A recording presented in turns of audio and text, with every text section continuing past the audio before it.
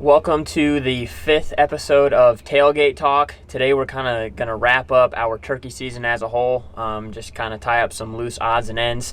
And we're going to start with May 2nd of this past spring and the eventful day that Corey and I had down in southern Ohio. So as many of you may have seen from our social media channels, we stumbled across what we believe was a sick gobbler. We had gone into some public land in southern Ohio to hunt, and it's just been hammered this year with hunters because of the coronavirus, which we had talked about in an earlier episode of Tailgate Talk. And we had run into a lot of guys, and we actually bounced to a second spot that Corey had been doing some scouting, and we ended up hearing one turkey while we were there, but it was kind of in a tough spot, and it was closer to another group of hunters, so we elected to back out of that original location and go to a different spot. And on our way out, Corey had crossed a river bottom, and I was actually filming him as he crossed it, and I looked to our right, and within feet of us there was a turkey that was bedded down essentially, or laying down. And obviously we thought it was weird, and Corey's first reaction was, to get his gun ready in case for some reason the turkey, hadn't seen us or whatever the case may have been. And initially we thought it was a hen. Had a very discolored head, a small body, yeah. Discolored, you mean it was darker than you would have expected a tom's? And a very small head, yeah. It was kind of like the dark blues and reds that you typically see on a hen, not the bright, vibrant, big male turkey head. So at the same time, it's not unusual. I've had it happen to me where you walk up on a tom, and I think at some point if they don't hear you walking up to them, it's almost like they hunker down on purpose. If they use their sight to their advantage as much as they can, but if you just so happen, whether it's windy or whatever the reason may be, I've had it happen where you sneak up on them and they just kind of sit there. So I mean, it wasn't wrong of Corey to assume, maybe it's a tom. Yeah. Get the gun ready in case he does jump up and try to run. Exactly. And that's where my head went too, because I think it was your brother on public land around here. Didn't he walk up on one? Walked right up on one sitting on a backside of a log. I also know someone else this year who shot one that way. They walked up, spooked one. It was on the backside, laying kind of up against a log, and it took off, healthy bird, and it ended up being a big longbeard. Wow. They ended up killing it that way. And that's kind of what I thought initially, but I thought it was a hen, and we had completely misjudged that. After we circled around the turkey, we could see a huge beard on it, and at that point we were really confused. We didn't know what to do. We didn't know if it was sick and hurt and it'd be better for us to just go ahead and shoot.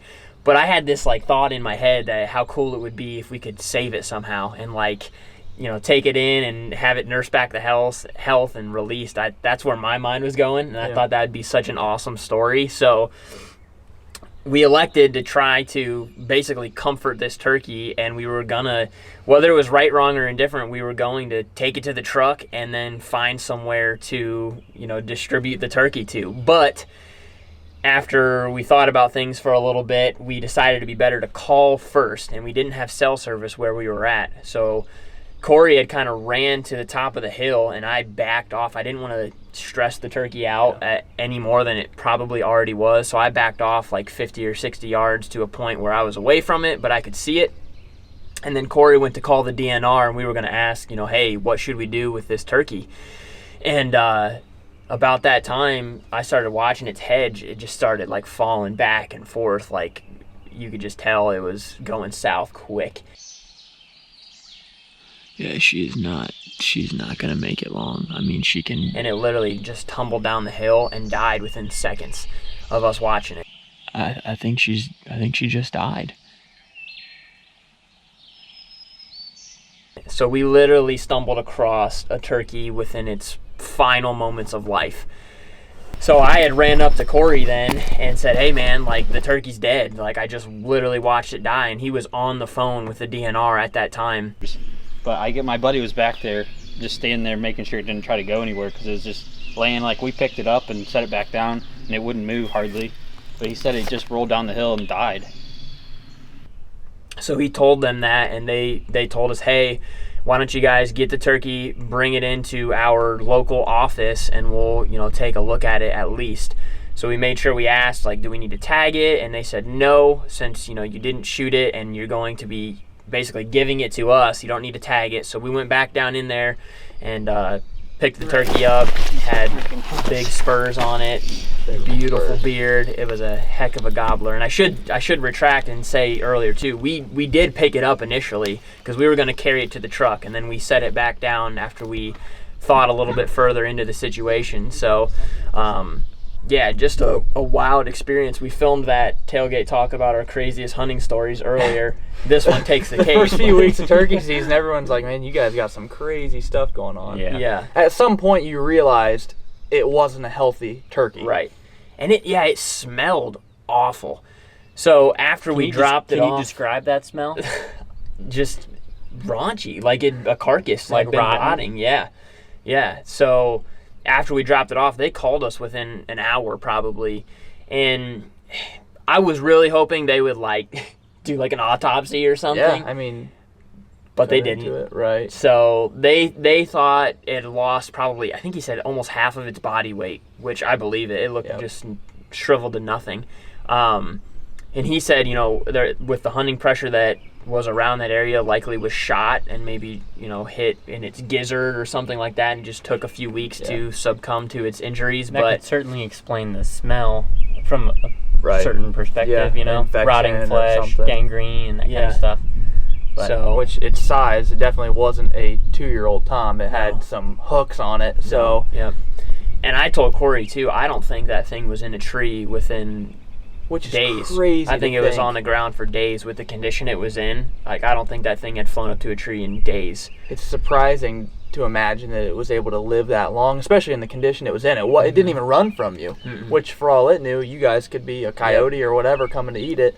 Which I think shows how sick it truly was. Corey was able to pick it up with no problem. Yeah. I mean, it was like tame. It just was that sick. And the smell, I mean, when things get wet, or in this case, maybe it had an infection or something, how bad it smelled, it's just surprising that, especially this was in southern region of Ohio, so it's surprising that something didn't come along, a bobcat or a coyote or anything, really, and come snatch it. It's a good point.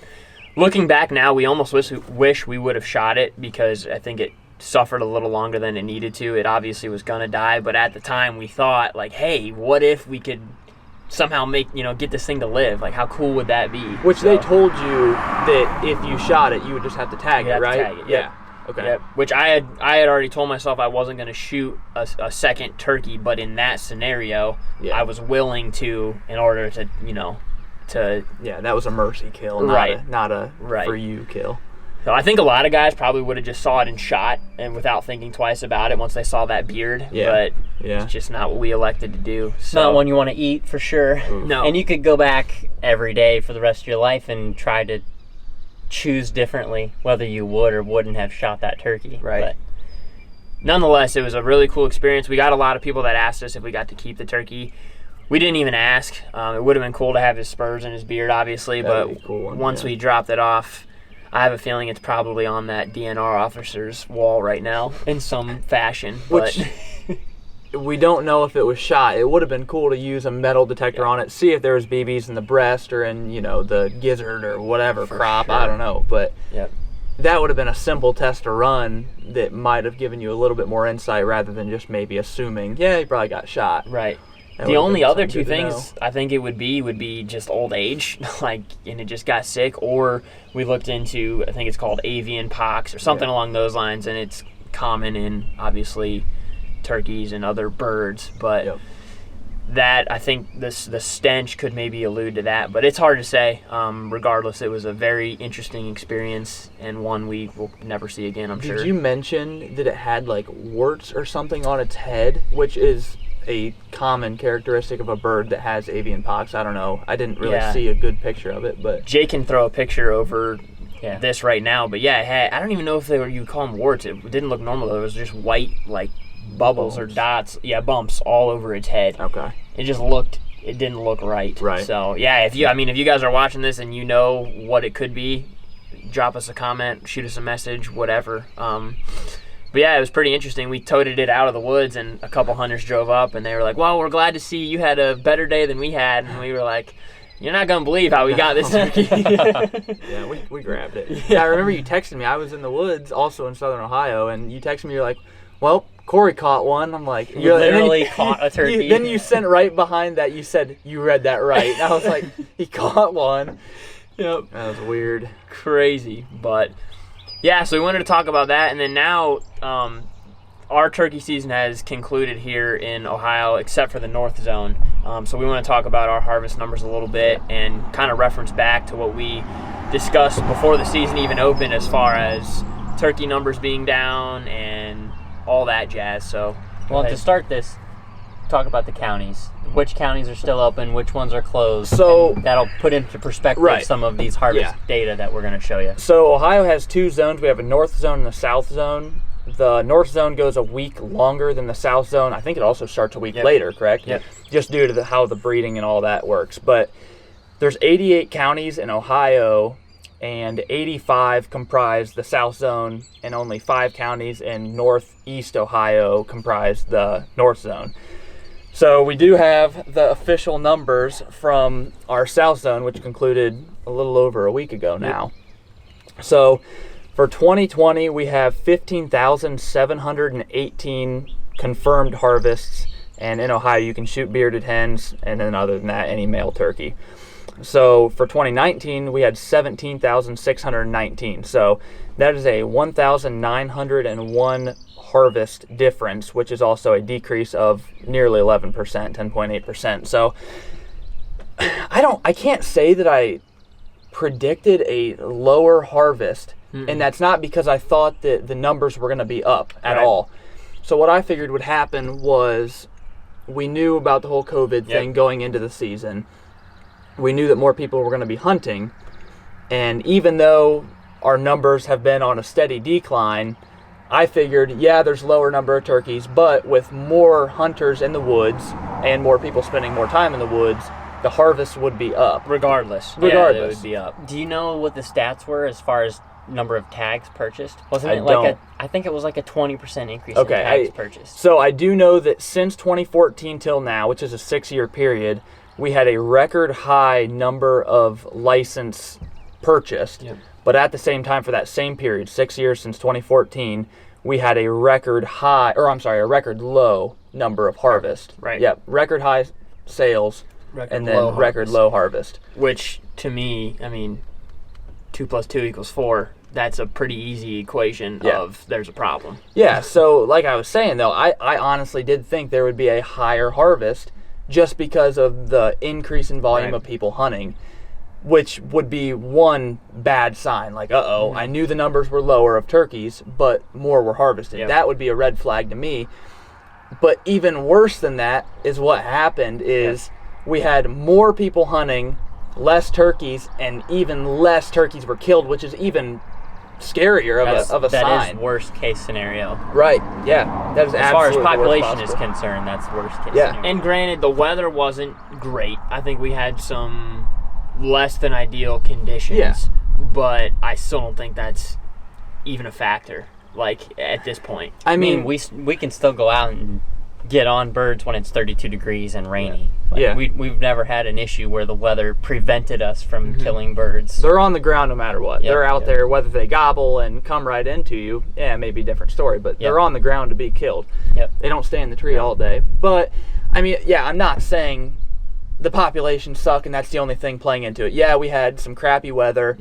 We've had wet springs. So I'm willing to, accept the fact that there's other things playing into it, predation, poor poult recruitment, all that. But there's a problem. You can't ignore that in any way, shape, or form. And it's not just Ohio. I mean, I think there's a lot of states that saw that exact same equation pan out. So I watched that newest Michael Chamberlain, what is that called? Spring Seclusion? For the NWTF is running these Facebook Lives right now. And they talked about that. And pretty much across the board, some states are behind, seeing trends, lagging a few years behind others. But for the most part, the numbers of poult to hen ratios are dropping in every state, basically. Drastically. I don't know how many states, if any, are actually increasing, but they're saying right now less than 1 poult to each hen is average, right around 1.2 poults per hen. Which is mind-boggling. Which years ago, in, say, our state, it was more so around 3, and nowadays 2 is considered pretty significant. That's a good number. Right. And we're not getting anywhere near that, which is sad. Especially, too, isn't it that the average lifespan of a hen is like 3 years? 3 years, yeah. So then a hen only has 3 poults that survive in her lifetime. Yeah, if you go with that 1.2 poults per hen ratio. And if that's true, and we came from a time just 6 years ago where she was producing 3 poults per year that survived. Yep. Now you're producing 1/3 of the population growth that you had 6 years ago. Yep. What I think is crazy too, and something you can't ignore, is we're obviously all a part of a bunch of different Facebook groups that pertain to turkeys and turkey hunting, and I think it's just interesting that there's so many people out there that completely like refuse and ignore these statistics. Yeah. And you see them post and talk about how they're not hearing any gobbling and the turkeys are acting different and they're just not gobbling this year, and it's like, no, they're just not turkeys. Yeah. Like, it's not that these turkeys aren't being turkeys. They're not changing. They're the same. There just isn't the amount in some of these areas, like this area we're in right now. You can't find one. They're like extinct. You cannot find a turkey. It's not an exaggeration. There's some areas now that do not have turkeys any longer. And it's not, this is something that you pointed out before we started this discussion, though. If you look at where we're at, this is western Ohio, it looks very similar to where you guys were at in Michigan early season and where you eventually killed your bird in Michigan. And the habitat is exactly the same. Yeah. River bottoms and small blocks of timber dispersed in ag country. And they had tons of birds, and we have 0. I think that's a direct reflection of the state's efforts to have a 1-bird limit. I think there's less hunters. I think there's more trappers, and all of those things. Definitely a bit more rural. Yeah. But, I mean, nonetheless, same habitat, but significantly less turkeys. Yeah. Which is pretty crazy. Very crazy. So we don't know where this is headed. We don't know what it's going to be like a year from now or 5 years from now or 10 years from now, but it's something, we said it 100 times, and not to beat a dead horse, that we want to raise awareness behind, because we want our kids to turkey hunt, and we obviously want to continue doing it. And it's a tough mental battle, because we love turkeys and we want to see them thrive and we want them to be around, but we love hunting them also. So it's a weird feeling we get when we kill a turkey, because it's like, we're hunters, but it's almost sad too. Yeah, I said that the day after I shot mine. It's like, I shot it, and that was, one of the most incredible hunts ever, but it's almost like you want to tag it and then just put it right back. And then you just want to put him right back where he was and say, go live your life. And I think it's worth addressing too. We had an incredible season. And I think some people are going to see that and be like, you're talking about how there's no turkeys yet. You guys all at least shot 1 bird. But if we wanted to, we could have went back out to some of the properties we have and gotten right back on turkeys. Yeah, and we didn't. And probably filled our second tags. But had we done that, I really do think next year we'd be in an even worse position. Like, we're hunting with the future in mind, and I think more people need to do that. We're taking a conscious effort, and I think that's why we're able to. I would be very comfortable saying after we all shot our birds, there was half a dozen more turkeys that we got on, or that we had opportunities to hunt. And that's, I think, because of our conscious efforts in years past.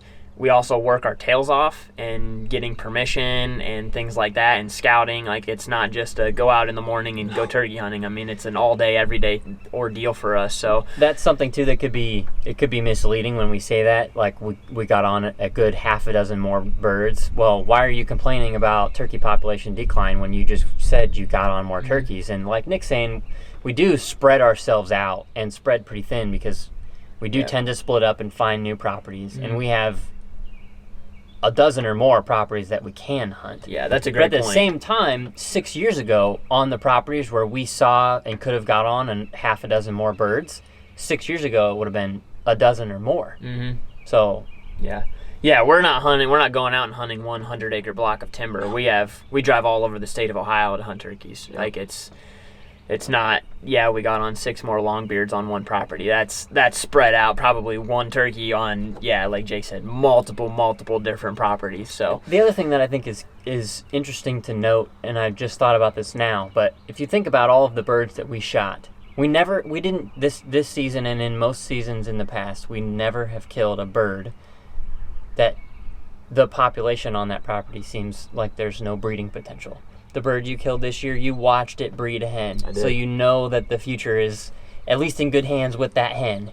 she might only have one poult that survives, but she got bred. Yeah. The birds Nick and I killed, there were other male turkeys in those groups. So it's not like we wiped out an entire breeding population on those properties.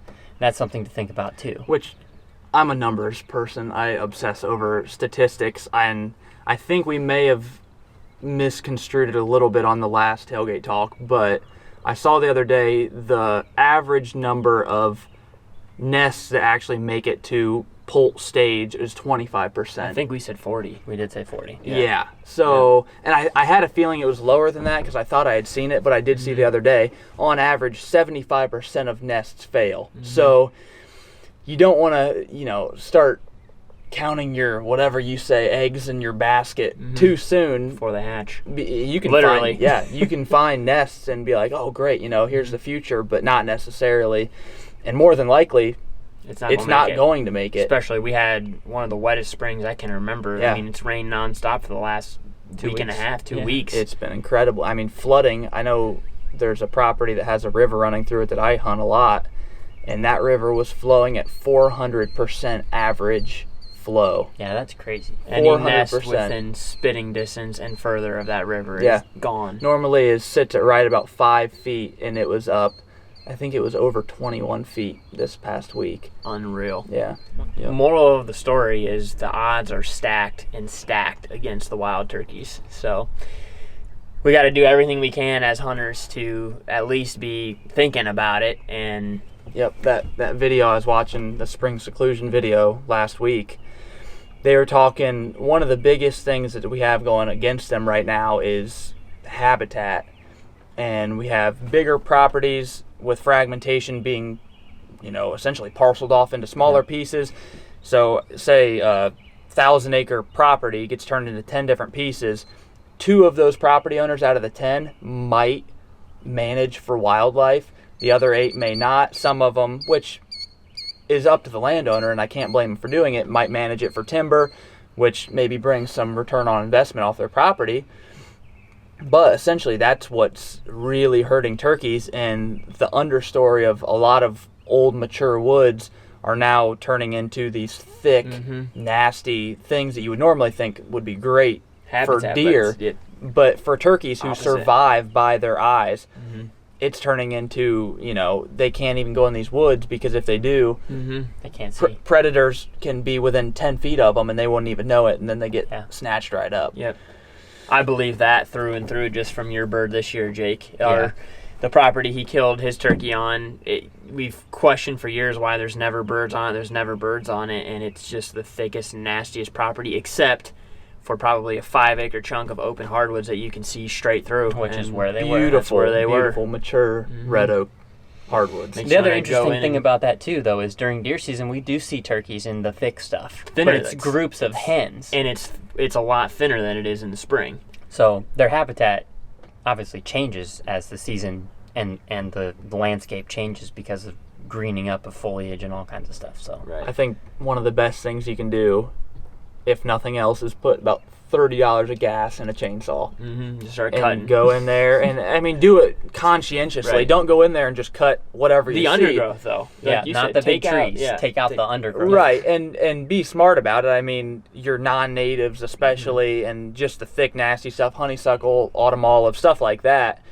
But, leave those mass-producing, all your oaks, red oaks, white oaks, the good stuff that are eventually, even if it is somewhat young, thin it out, but leave the good stuff that's eventually going to be... Give it high potential for success. Growth. Yeah. And the beauty of the oaks is they bring good timber market value, but at the same time they're mass producing, which is great for deer and turkeys.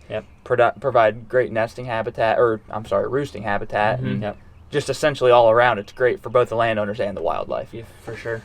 So if you're in a position to do that, it's something to at least consider. So that's pretty much a wrap on our turkey season. One more thing. I have one thing. I have to say it.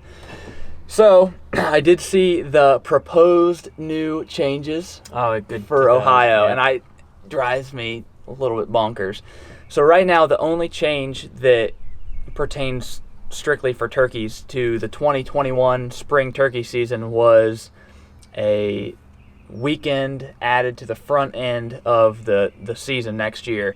which to me, I don't know, seems like a step in the wrong direction. I would like to see, maybe a change for a one bird limit or something like that, but providing more opportunity doesn't seem to be the ticket to helping these lower numbers. No. Well, and the other thing too that we talked about, I think briefly in the last one about turkey populations, was the Mike Chamberlain information about when turkey seasons normally open in states, as long as their DNR is up and up on the data. But normally your hunting season starts after a good majority, like I want to say 70 or 80% of the breeding should have already taken place. Which is how it should be. And so if you're adding a weekend, an extra 2 days when most people are going to be available to hunt, to the front end of the season, now you're cutting into that breeding time frame even more. Like you said too, we physically see year after year after year, at least in our area, more toms in fields visibly breeding hens into May. The front end of May. Yep. May Yep. 4th or May 3rd, the Yep. evening of May 3rd is when I saw the bird I ended up shooting on the 4th. May breeding 10th, that I hen. saw one breeding a hen. So yeah, that really just, and with any deer season, turkey season, goose season, whatever, the beginning of the year, everybody's amped up. It's like this overall just anxiety to get out there, and then at the end of the year, things kind of die off. Guys hang it up, whatever. And so I feel like that thrown into the mix also with being a weekend. Being a weekend, more people are off.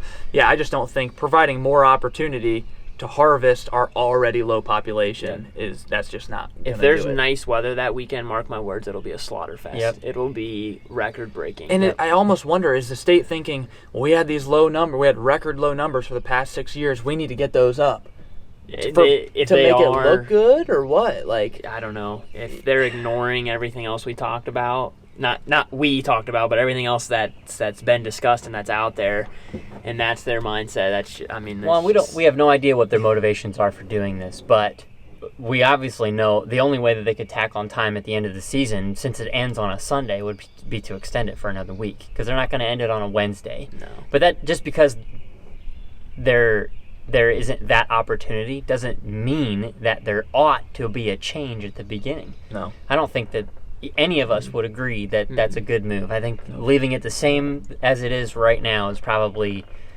status quo would be best. Yeah. That'd be stagnant. I would like to see it go in the complete opposite direction. Open it even a week later. But yeah. aside, if it has to be the way it is now, I'd just rather see no changes. I agree. Like you said, simply put, it's one step forward, 2 steps back. Yeah. It's like, we got increasing bobcat populations in our area. You can't trap those. They seem to be moving north and north every year. And those are one of the biggest predators against turkeys, because they can get up in trees, snatch them off the roost. They can get at nests, and it's not going to be good. The odds are stacked, like you said. Yeah. Which is more reason for us to take action. That's why we're talking about it. We're not sitting here ranting or crying about it. Like, we want to see the opportunity in the future. People are like, why? Like we're going against turkey hunting right now. Yeah, we're that's not it. No, it's not it. We just want to see it be a thing in the future. Yeah, that's all. For us and for all of you guys who turkey hunt too. That's not just something we limit to. I wrote our DNR. I mean, no, not saying I'm some biologist. Yeah. Just like concern. just a general concern. I'm a hunter and I love turkeys, and I would like to see maybe in the future our population. You didn't get a response. I didn't get a response. There you go. But I did my part, and I felt like I tried. Somebody read it. I hope so. What you said is something that if any of you guys watch or have ever listened to a Jordan Peterson or a Jocko Willink, it's you have to delay gratification in order to see the results that you want. Yeah. If you live for now, later you're not going to be in a good position. And that's what we're seeing with turkey hunting, at least in Ohio. Nope. I don't know if we said it earlier, but we love to see guys having success, and we want you to get your turkeys just as much as the next guy. That's why I think we are so passionate and we care so much, because I think we can see this road that we're heading down. Yep. And It's not a good one. no, it's not. So yeah, we don't want you to think we're ranting or anything like that. We just love it so much, and it doesn't seem like there's a lot of people in our state and specifically in our area talking about this, especially not hunters. So we want to be the guys, we have the platform to do it, that are talking about it. Well, and we're not doing this willy-nilly either. I mean, there are biologists who are world-renowned for studying turkey populations that are saying the exact same things we are. So it's not like we just pulled this out of our back pocket and decided it was an issue we wanted to stand up for. Yeah, I don't want to be the person throwing numbers out there and not have them right. Like I try to know my stuff, and it's because I care. Yeah. It's because I care a lot about it, and I think we've gotten a lot of good feedback from people that are like, I'm seeing the same stuff as you guys. Thank you for, kind of being, I don't know what you want to call it, activists, ambassadors. Yeah, as far as, let's save these turkeys. Yeah, for sure. So if you guys are watching this and you agree, or even if you disagree, and whatever, shoot us a message, and we'd love to talk to you more about it. So that's pretty much going to wrap up our turkey season, though. If you guys have liked these tailgate talks and you've liked our turkey season videos and want to hit the subscribe button and the like button, you'll be the first to check out all of our new stuff. And on the topic of our new stuff, we have a cooking video. We get some questions about eating the wild turkeys that we hunt and that we kill. So Easton filmed a turkey video. How you guys won't be able to taste it. It was delicious, but that'll be out at You'll some want to point. taste it Yeah, after you see it.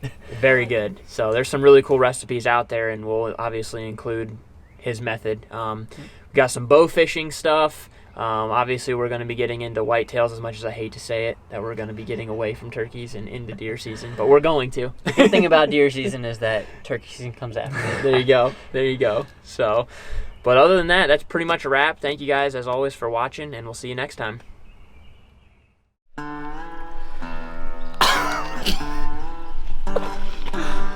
We gotta do something. Like, it's clearly not well. That's not a tom, dude. No, it's definitely, look at the head. It's a hen. It's got feathers all the way up the back. It's not a Jake.